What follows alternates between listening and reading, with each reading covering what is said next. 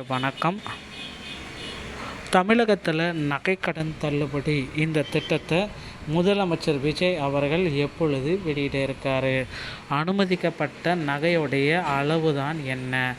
யாருக்கு எப்பொழுது இந்த நகைக்கடன் திட்டம் நடைமுறையில் கொண்டு வரப்படும்? தமிழக அரசால் அறிவிக்கப்பட்டுள்ள 5 சவரன் வரையிலான நகைக்கடன் தள்ளுபடி குறித்த முக்கிய அறிவிப்புகளை இந்த வீடியோவில் நம்ம பார்க்கலாம். இந்த தகவல் இதை பற்றி தான் விளக்குகிறது. கூட்டுறவு மற்றும் அரசு உதவி பெறும் வங்கிகளில் 40 கிராமுக்கு மிகாமல் கடன் பெற்ற ஏழை எளிய மக்கள் இந்த சலுகையை பெற தகுதி உடையவர்கள் என தெரிவிக்கப்பட்டுள்ளது. திட்டத்தின் கீழ் பயன்பெற சரியான குடும்ப அட்டை மற்றும் ஆதார் விவரங்களை சமர்ப்பிப்பது அவசியம். இருப்பினும் அரசு ஊழியர்கள், கூட்டுறவு சங்க பணியாளர்கள் மற்றும் தவறான ஆவணங்களை வழங்கியவர்களுக்கு இந்த தள்ளுபடி பொருந்தாது என்று குறிப்பிடப்பட்டுள்ளது.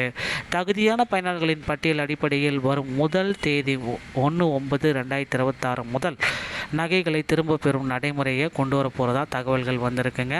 எந்தெந்த வங்கிகளில் இது பொருத்தமாக இருக்கும், யாரெல்லாம் இந்த நகைக்கடன் தள்ளுபடிக்கு பொருத்தமான நபர்கள் யார் யார்? ஸோ இதை பற்றின ஒரு விரிவான விளக்கத்தை நம்ம வீடியோவில் பார்க்கலாம். மக்களை நீங்கள் நம்முடைய சேனலை முதல் முறையாக பார்க்குறீங்க அப்படின்னா ஒரு சப்ஸ்கிரைப் அண்ட் பெல்லை கிளிக் பண்ணி வச்சுக்கோங்க. வாங்க வீடியோக்குள்ளே போகலாம். தமிழகத்தில் பொதுவாகவே பார்த்திங்கன்னா நகைக்கடன் தள்ளுபடிக்காக காத்திருப்பு காலங்கள் எல்லாமே இருக்குது. ஒவ்வொரு நாளுமே அனைத்து வகையான மகளிர் நகைக்கடன்கள் பெற்றோரும் காத்துட்ருக்காங்க. ஆனால் இப்போ இதற்கான அறிவிப்புகள் எப்பொழுது வரும், எப்போ இந்த நகைக்கடன் தள்ளுபடியை முதலமைச்சர் விஜய் வெளியிடுவார் அப்படின்றது கூட்டுறவு வங்கிகள் மற்றும் அரசு சில உதவி பெறும் வங்கிகளில் 5 ஆண்டுகளாக காத்திருந்த ஏழை மக்களுக்கு முதல்வர் விஜய் ஒரு நல்ல செய்தியை வழங்கியிருக்காங்க. ஸோ 5 வருட காத்திருப்பு ஜாக்பாட்டான ஒரு அறிவிப்பு. கூட்டுறவு வங்கிகள் மற்றும் சில அரசு உதவி பெறும் வங்கிகளில் இதற்கான அறிவிப்பு.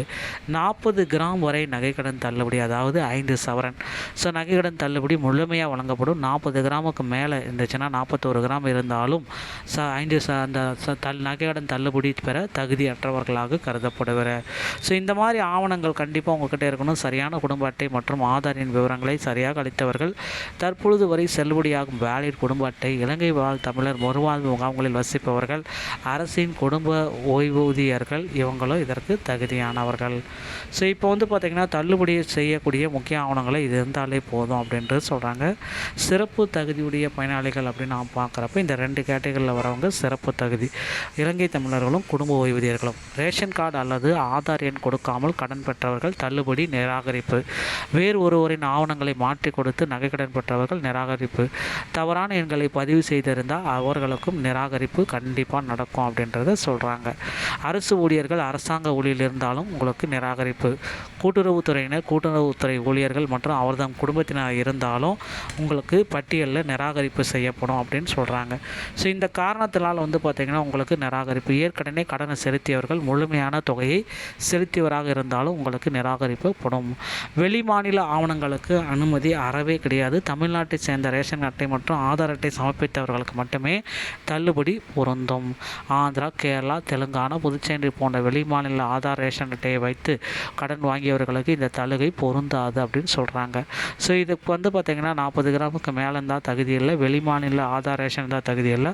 ஆவணப்பிள்ளை ஏதாவது மாற்றி கொடுத்திருந்தால் தகுதி கிடையாது. அரசு கூட்டுறவு ஊழியர்களாக இருந்தால் தகுதி இல்லை. போலி நகை மற்றும் கடனை முடித்தவராக இருந்தாலும் தகுதி இல்லை. அடுத்து என்ன நடக்கும் அப்படின்றது தான் இப்போ கேள்விக்குறியாக இருக்குது. அடுத்த கட்ட நிகழ்வாக என்ன நடக்க போகுது?